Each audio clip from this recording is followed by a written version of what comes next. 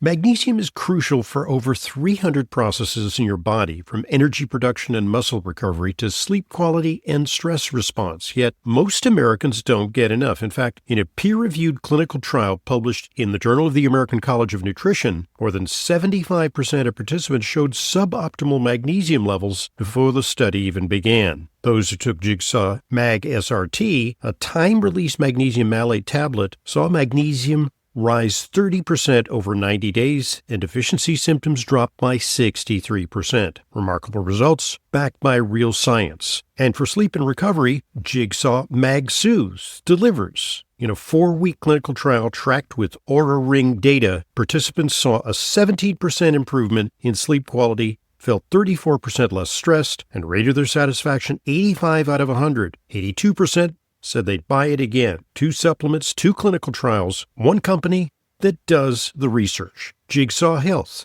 Mag SRT for daily magnesium replenishment. Mag Soothe for calm, restorative sleep. To order, go to jigsawhealth.com. That's jigsawhealth.com. Use coupon code Hoffman15 for 15% off your order. That's jigsawhealth.com, code Hoffman15.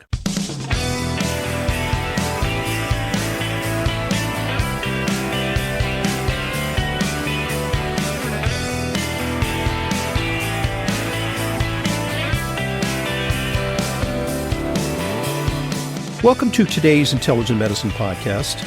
I'm your host, Dr. Ronald Hoffman. Today's theme is everything you ever wanted to know about nitric oxide. You know, they coined the phrase, just say no. Well, we should say no.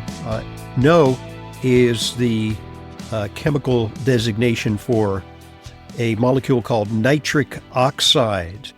And, you know, there are a lot of messengers in the body. There's the hormones testosterone, and there's thyroid hormone, and then there's neurotransmitters like dopamine and norepinephrine. But a very, very tiny molecule consisting of a nitrogen coupled with oxygen turns out to be a ubiquitous chemical messenger within the body. It is kind of like the Swiss Army knife for our overall health and well-being. And it turns out there's a nutritional concomitant to that. Fortunately, we can actually impact our nitric oxide messaging system and metabolism with dietary interventions. Supplements help our nitric oxide. And I can't think of a better person to talk about this than today's guest, Dr. Nathan Bryan, who is one of the world's experts on nitric oxide. He was the first to describe nitrite and nitrate as indispensable nutrients required for optimal cardiovascular health. He's been involved in nitric oxide research for over 25 years, and he's made several very important discoveries in the field. He's published a number of highly cited papers and authored or edited 6 books. His discoveries have transformed the development of safe and effective functional, bioactive, natural products for the treatment and prevention of human disease based on nitric oxide metabolism. And he is creator of a very innovative product. It's called N101, and it's not N101, it's N1, the letter O1, standing for nitric oxide. And, you know, I've looked at a lot of nitric oxide formulations. I've been a big believer in them for many years, but this now is my go-to formulation for my own nitric oxide support and for that of my patients. So without further ado, here's Dr. Nathan Bryan. You're in Texas now? I am, Dr. Hoffman. Good morning. Good afternoon. And thanks for having me. I'm back in Texas after 9 days in Europe. So here we are. Good to be back home. Scientific conferences, right? Because there's a lot, of hot new developments on the nitric oxide front, I'm sure, and there are conferences entirely dedicated to, I'm sure, nitric oxide science. No, there are. In fact, just this past April, I hosted our international nitric oxide meeting. Every 2 years, we have an international meeting on the biology, chemistry, and therapeutic applications of nitric oxide. It was started by the Nitric Oxide Society back in the late 90s. Every 2 years we meet, and it's 200 or 300 of the top researchers in nitric oxide come together, and disseminate the latest science, try to foster collaborations, and move the field forward. Well, one of the segues into a discussion about nitric oxide that I always use is to talk about the example of Viagra. And I think Viagra kind of put nitric oxide into the popular imagination because originally it was a cardiovascular drug. It was actually supposed to expand the blood vessels, improve circulation of the heart. They said, well, maybe that's not the best medication for that. There are other better medications. But then the volunteers in that study, experimental subjects said, so, Doc, where can I get a hold of some of that stuff? And I said, well, the study's over. The rest is history, because it turns out that nitric oxide has some important roles. It dilates blood vessels everywhere in the body, including parts of the body where we might want to exploit that characteristic. No, that's exactly right. Probably not coincidentally, the year the Nobel Prize was awarded, 1998, was the same year that the FDA approved the PDE5 inhibitors, the drugs like Viagra. And so, that really showed the importance of vasodilation and really the signal transduction pathway. But I think there's still a little bit of a misconception on the drugs like Viagra, that was called the phosphodiesterase inhibitors, because they're not affecting nitric oxide production. In fact, they can't overcome the nitric oxide deficiency, which, by the way, is what causes erectile dysfunction. And today we know that 50% of the men that are prescribed those types of drugs don't respond with better erections. So these drugs obviously very successful on the market, but they only work in 50% of the people. And the reason that 50% of the people don't respond is because their body's not making enough nitric oxide to activate that second messenger system in which Viagra affects. So this told us, 25 years ago, that erectile dysfunction in both men and women, by the way, is a symptom of nitric oxide deficiency. And so if we can correct the underlying the nitric oxide deficiency, then the PDE5 inhibitor drugs work. Even in people that they didn't work prior, we can make them now responsive to that medication. But I think more importantly, you can start to titrate down the dosage of those drugs or eliminate the need for drug therapy, because now we're addressing the root cause of the erectile dysfunction. And I sometimes like to use the bathtub analogy because, a couple of ways to fill up a bathtub, make sure that the water it rises, is one, use the stopper. And that's what those drugs are. The drugs are, in effect, they prevent the breakdown of nitric oxide, from what I understand. But the other way, and possibly the most important way, is to make sure that the faucet is turned on and that there's a robust water supply. And so instead of, use the stopper, because that could actually temporarily raise the water level. But if you don't have the faucet on, the water level is not going to be maintained. Yeah, that's exactly right. That's a great analogy, especially as it relates to nitric oxide. But so nitric oxide is a gas, and once it's produced, it's gone in less than a second.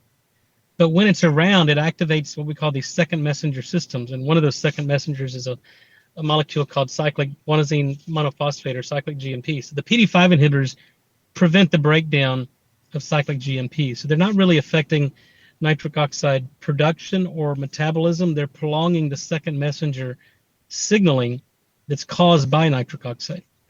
But the analogy is still the same. So you can either, put the stopper in and turn the faucet on, which is what we do, or you just turn the faucet on at a faster rate than you're losing water, and you'll still see the increase in volume, which, so the analogy can be utilized in all aspects of nitric oxide signaling, and even with, the Viagra, which would be the stopper in this analogy.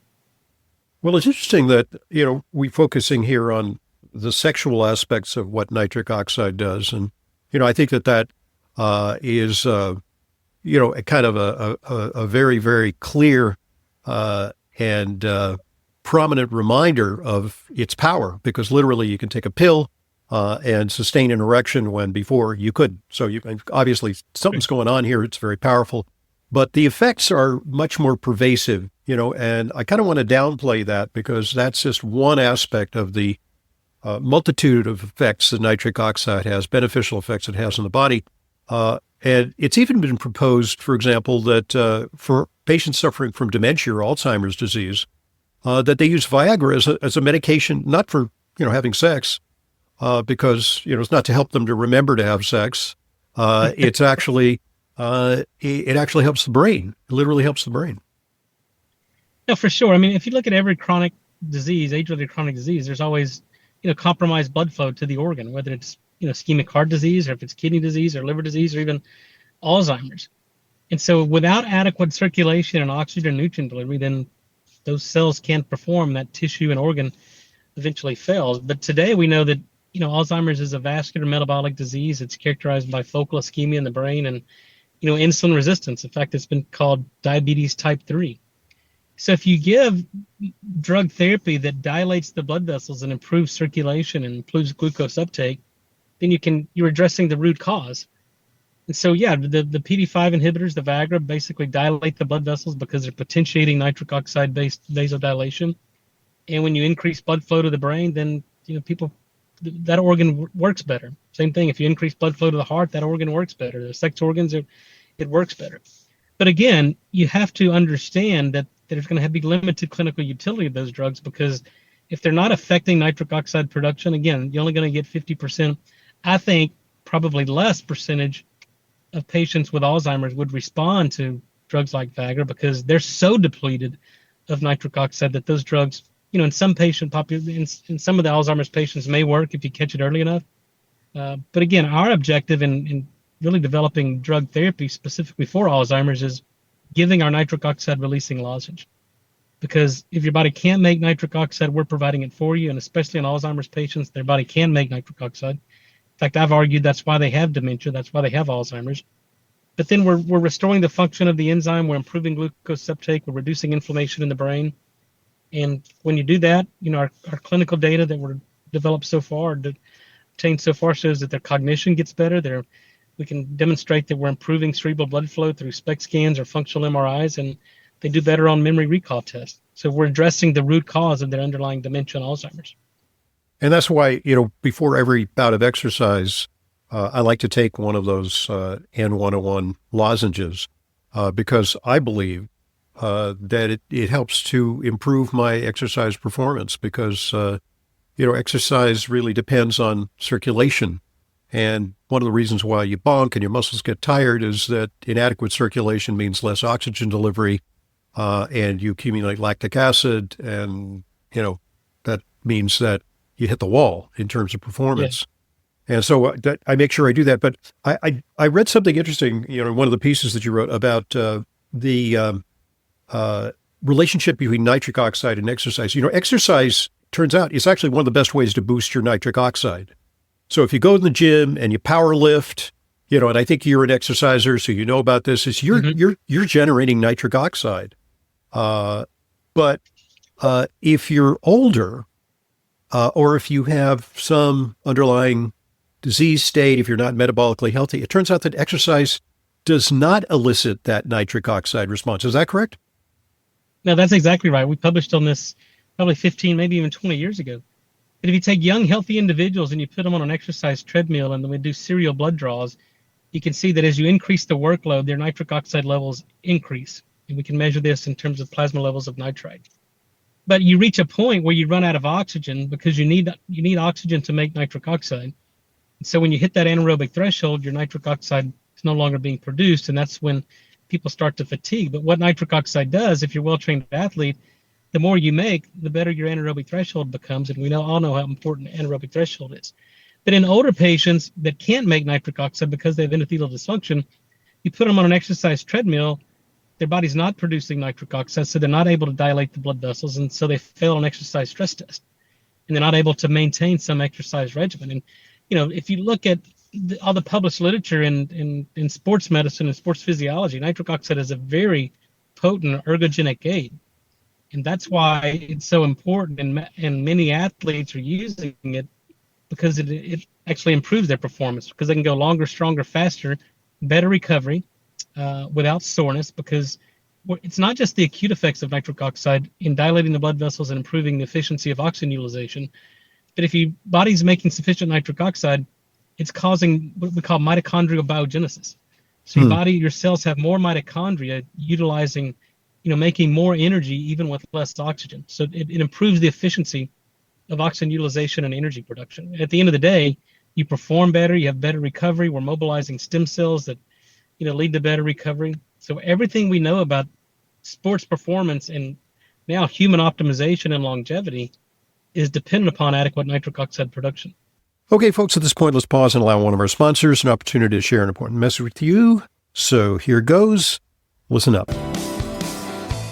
Magnesium is crucial for over 300 processes in your body, from energy production and muscle recovery to sleep quality and stress response. Yet most Americans don't get enough. In fact, in a peer-reviewed clinical trial published in the Journal of the American College of Nutrition, more than 75% of participants showed suboptimal magnesium levels before the study even began. Those who took Jigsaw Mag SRT, a time-release magnesium malate tablet, saw magnesium rise 30% over 90 days, and deficiency symptoms dropped by 63%. Remarkable results backed by real science. And for sleep and recovery, Jigsaw Mag Soothes delivers. In a 4-week clinical trial tracked with Oura Ring data, participants saw a 17% improvement in sleep quality, felt 34% less stressed, and rated their satisfaction 85 out of 100. 82% said they'd buy it again. 2 supplements, 2 clinical trials, 1 company that does the research. Jigsaw Health.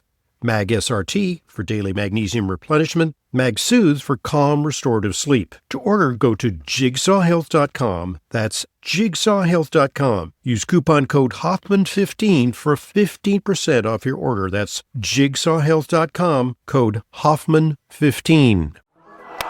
Has your digestive health been striking out due to poor food choices, medications, stress, and other lifestyle issues? This season, hit a home run for your digestive health with Dr. Ohhira's Probiotics. Dr. Ohhira's Probiotics is a live probiotic encapsulated in small, easy-to-swallow capsules that delivers Dr. Ohhira's signature blend of pre, pro, and postbiotics. Dr. Ohhira's award-winning formula contains a prebiotic blend of fruits and vegetables, which are naturally fermented with 13 strains of live probiotic bacteria for a minimum of 3 years. The result? Dr. Ohhira's game-changing postbiotic metabolites, which are key to supporting long-term digestive, immune, and cognitive function. Dr. Ohhira's Probiotics, an all-star formulation and the best probiotic on the market today for overall digestive health and wellness. Dr. Ohhira's Probiotics, available at Sprouts, Natural Grocers, and other natural health retailers nationwide. Thanks for listening, and thanks for supporting our sponsors. They, of course, are what make intelligent medicine continuing free resource to you. And now back to today's guest, nitric oxide expert, Dr. Nathan Bryan. So let's double click on this notion of endothelial dysfunction, because I think a common misconception about cardiovascular disease is that it's a plumbing problem. It's kind of like, when too much toilet paper gets stuck or somebody throws an object into your toilet and there's a blockage. But actually you can have poor circulation, ostensibly with relatively clean arteries without a big buildup of plaque because of endothelial dysfunction. And where does nitric oxide fit into this endothelial dysfunction concept? Well, it's the lack of the endothelial cells to produce nitric oxide is by definition endothelial dysfunction. So the endothelial cells, as you know, are the cells that line all blood vessels throughout the body. And so they're not just maintaining kind of a barrier function, but it's a vasoactive, it's a hormone, it's a secretory organ system, and it's producing nitric oxide gas. So, and it's not just a plumbing issue, because we know that 50% of the people who have a sudden cardiac death or heart attack have less than 50% occlusion or stenosis of the coronary artery. So it's not an obstruction. It's basically plaque rupture that's caused from inflammation and the lack of nitric oxide that then causes the thrombus and the embolus that causes the heart attack. So it's not just an occlusive disease, but it's really the function of the endothelium. And what we've discovered over the past 25 years is when the endothelial cells lose the ability to produce nitric oxide, that's what sets the stage for plaque deposition, plaque instability, plaque rupture, and even atherosclerosis and cardiovascular disease, which is still the #1 killer of men and women worldwide. So the functional loss of nitric oxide precedes the structural changes that you see in patients by many years, probably decades or more. So it's hardening of the arteries. Dysfunction is nitric oxide deficiency. Hardening of the, I think a little bit of a misnomer, because it's lack of flexibility, lack of responsiveness of your arteries, because they need to constrict and dilate, and they should be flexible. And I think nitric oxide is an important element in maintaining that. And so studies do show that people with certain conditions, like diabetes, but also just with the aging process alone, there's a depletion in nitric oxide as they age. Yeah, for sure. So if we look at the function of the enzyme in the endothelial cells, and you look at different decades, so probably 15 years ago, I published this review paper where I just took the main studies, and what we see is about a 10 to 12% decline in the function of the nitric oxide producing enzyme per decade. So what's showing up is by the time people are 40 or 50 years old, they only have about 50% of the nitric oxide producing capacity they had when they were younger. And so we start to see that, start to develop insulin resistance, their blood pressure goes up, they lose the ability to maintain an exercise regimen, they have lower numbers of stem cells in circulation, they have higher markers of inflammation, oxidative stress, and immune dysfunction. And so now what we've been able to do is show if we can replete the nitric oxide and restore the function of the NOS enzyme, we can completely reverse all that. We can normalize blood pressure. We can improve exercise performance. We can reverse disease. In fact, we see about 11% plaque regression within 6 months of taking the nitric oxide. And we're seeing more stem cells in circulation, which means we're going to repair and replace dysfunctional cells, get rid of the senescent, the zombie cells that we see in older populations. And we can optimize performance, whether it's athletic performance, sexual performance, or even, cognitive or executive function. And I know a little bit about genetics, just enough to get in trouble. And so there is this thing called NOS, nitric oxide synthase. And there's variability among people genetically in terms of the robustness of that genetic location that signals to the body to synthesize nitric oxide synthase, which is the basis for nitric oxide optimal performance. That's right. Yeah, so there's an enzyme called nitric oxide synthase, and there's what we call single nucleotide polymorphisms, or what we call SNPs, short. That if there's a miscoding or an amino acid that's off that doesn't allow for the proper, structure and function of the enzyme, then the ability of that enzyme to produce nitric oxide becomes compromised. And so you can have a heterozygous of one copy that's not correct, or you can have both copies of DNA that doesn't work.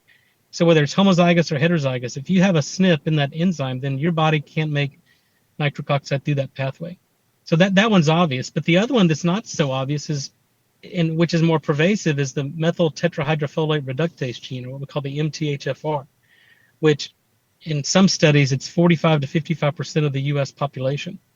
And in those patients, they've lost the ability to feed a critical cofactor called tetrahydrobiopterin into the NOS pathway. So if people have an MTHFR SNP, then their body cannot make sufficient nitric oxide. That's what's not apparent. But, they manifest over time, these symptoms of nitric oxide deficiency, which are an increase in blood pressure, they develop sexual dysfunction, insulin resistance, diabetes. They have methylation issues. They have, sometimes an elevation in homocysteine levels, which further decreases nitric oxide production. So we understand it's not just the genetic blueprint, but how you transcribe and translate that blueprint into a functional protein. So it's not just the presence of the protein, it's how how functional it is. Indeed. So yeah, there's some people especially vulnerable, and you can, these are the people who develop premature disease. Okay, so I'm sold on nitric oxide. You had me at hello. I'm a big fan of nitric oxide. In fact, back in the 90s, I used to do a lot of triathlons. I tried drinking beet juice before an event. Oh, yeah. And, I had the blender, and I would take, the juicer, and I would take a bunch of beets, and yeah, it was kind of grody. And I would have that before an event. And I tell you, it didn't really work that well because, it might have boosted my nitric oxide production, but man, I felt like I had, drank a gallon of pickle juice basically, because it just really, the gastrointestinal side effects kind of outweighed the benefits. Absolutely. Yeah, no, look, I think that's a misconception and really a myth that's been perpetuated by many companies out there. Because here's the problem. I'm not saying that they don't work. There are some really good, controlled clinical studies on the effects of beet juice on athletic performance.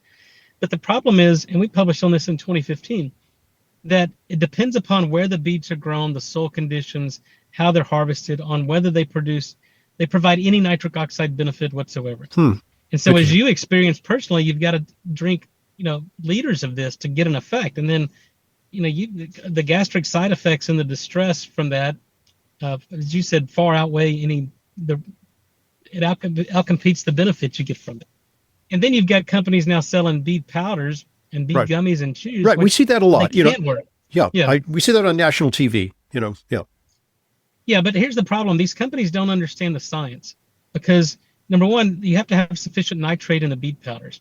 And the highest concentration you'll ever get is about 6 to 9%, which means you'd need about 4,000 to 6,000 milligrams, 4,000 to 6,000 milligrams to get any nitric oxide benefit. To translate, that's like a teaspoon, at least a teaspoon. Yeah, probably a couple of teaspoons. And now, people are selling these capsules which contain 700 milligrams, and the math doesn't work. It can't work because these companies don't understand basic physiology and biochemistry.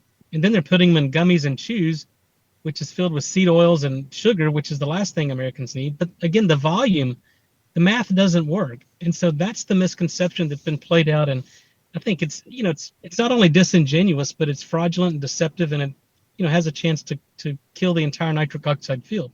Well, you as a scientist, you must be extremely disappointed because that's what happens sometimes. They take a great concept and then they commercialize it and they dilute it. And then you get like a snippet of the benefits. And then a lot of people say, hey, I tried it. Doesn't do much for me. No, that's exactly the danger, is because I get emails all the time because I'm doing interviews like this with you and all over the world. And we go, Nathan, you convinced us nitric oxide's important, but it didn't work for me. And I go, what do you mean it didn't work for you? They go, well, I bought this beet powder. I saw it advertised on TV, these chews, these gummies, and said it was going to help my blood pressure and my energy and all that because that's what they're saying on TV. And they go, it didn't improve my blood pressure. It didn't improve my energy level. So nitric oxide doesn't work for me.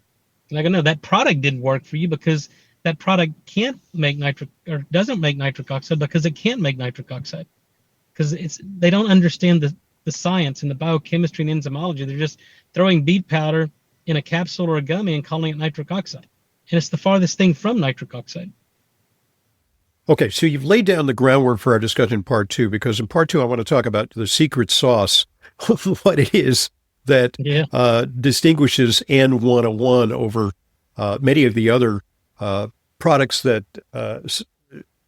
allege that they support nitric oxide production in the body, because I think it's a disservice to the public the way a lot of these things have been marketed. And I have extraordinary trust in you because you're an eminent scientist, and you want to deliver a product that really works.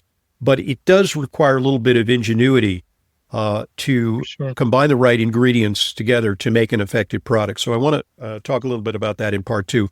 Our guest today is Dr. Nathan Bryan. He's an international leader in molecular medicine and is distinguished as the first to describe nitrite and nitrate as indispensable nutrients required for optimal cardiovascular health, which really is what it's all about when it comes to optimal performance and well-being. Our call to action today is we have a special offer for intelligent medicine listeners. So visit HoffmanNO.com. That's HoffmanN, the letter O.com, and use coupon code Hoffman10 for 10% off N101. I urge you to try it, and I think that you'll really experience the difference.